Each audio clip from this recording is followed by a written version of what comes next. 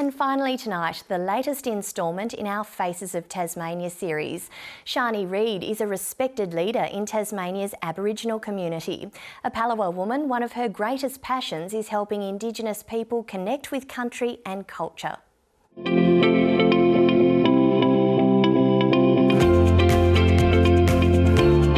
name is Sharnie Read and I am an Aboriginal Heritage Officer in Tasmania, Tasmania.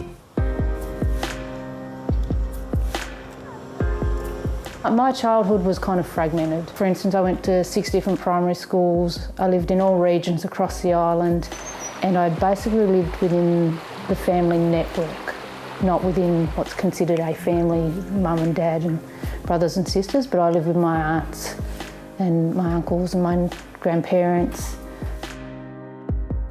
My career as an Aboriginal Heritage Officer wasn't one that was planned. I kind of just fell into that position by default of my administration background, and currently work for the Tasmanian Aboriginal Centre in the role of facilitator for the Strong in Country project.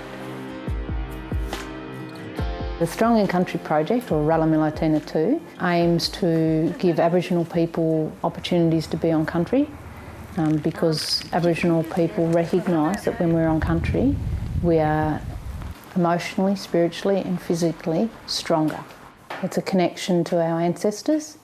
They've walked this island forever and we still do today.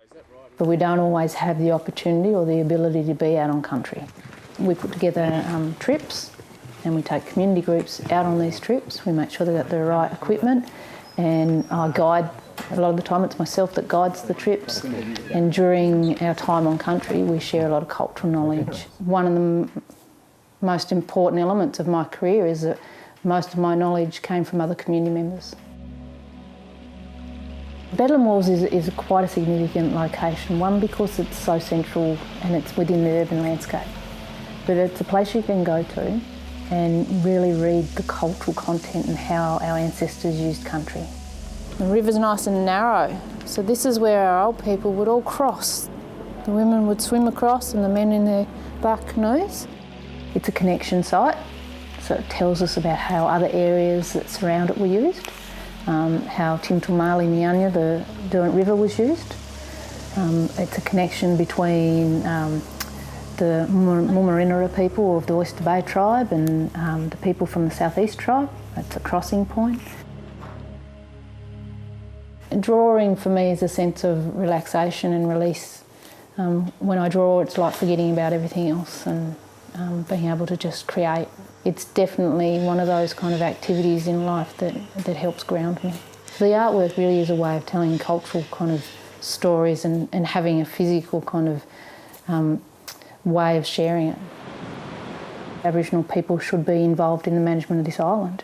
And on a real level, in today's contemporary society, the people that have control over what happens is the Parliament.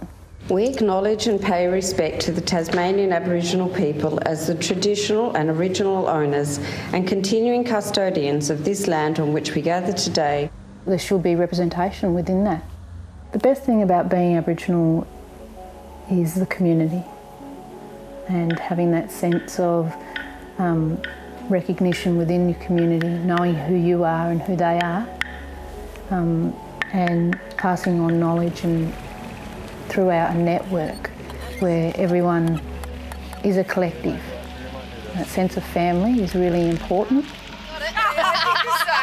Knowing that my daughters have that extended family as well, it's almost like always having that backup. And having a clear understanding of who you are, your self-identity, which is derived directly from cultural identity and being connected to this island.